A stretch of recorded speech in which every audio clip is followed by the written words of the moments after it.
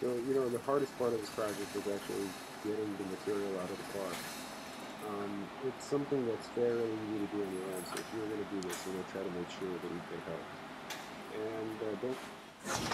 And if you're going to do it, make sure that you don't wedge that sheet between the car and the tailgate because it's hard.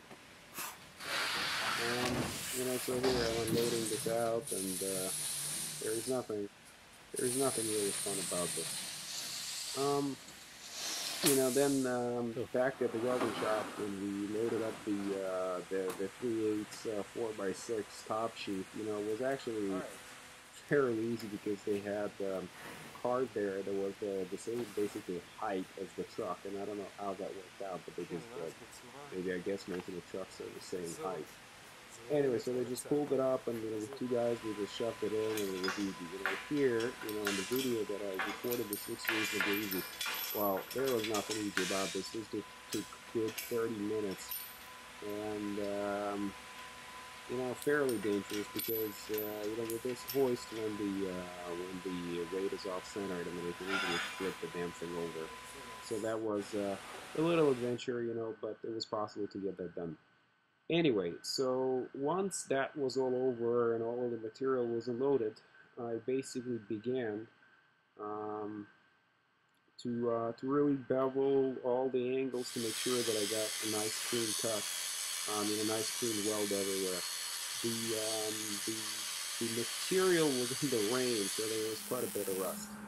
So then I laid it out on the floor. I made sure that it was all square, and here you see just me tacking the bottom frame. Fairly easy if you get it all cut right. This, by the way, cannot have enough good things to say about this jig. This is a strong hand or strong arm. I think it's called strong hands squaring jig. It's just awesome. It just takes the guesswork out, and you get nearly a perfect angle every time. So I used it extensively on both the top and the bottom frame. So now you see the top frame laid out, and it basically went through the same exercise.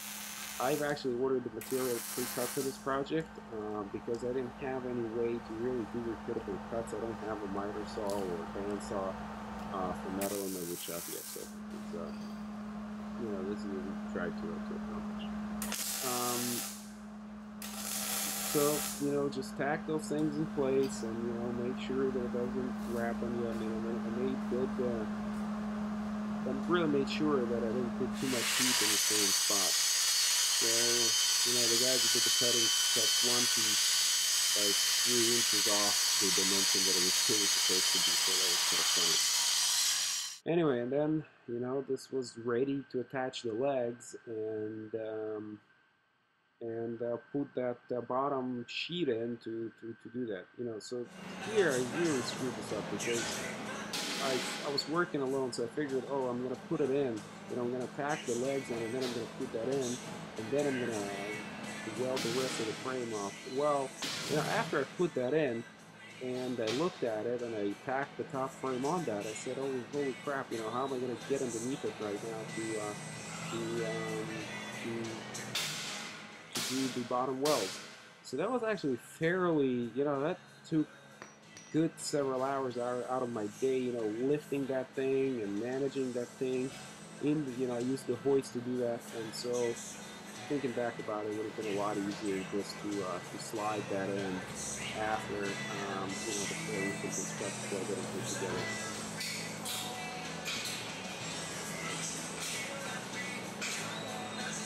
In this particular instance, I wedged that thing under the table, and the sheet went under the frame, and that was just a royal pain. It was just really hard to get out, and I had that pleasure happening to me several times throughout that day. But it all worked out well. There was this, basically sometimes you just gotta stop and think about what you're gonna do, and just going at it is just not gonna happen. So this is it. And then I welded that in, without being pretty. I'm not going to win the prettiest weld award on this project, but guess what? It came out flat, it came out square, and it's going to be just a great addition to my shop. because as of right now, I just do not have a flat scale surface or anything that you can apply a large amount of force to. So this was, this was pretty good, and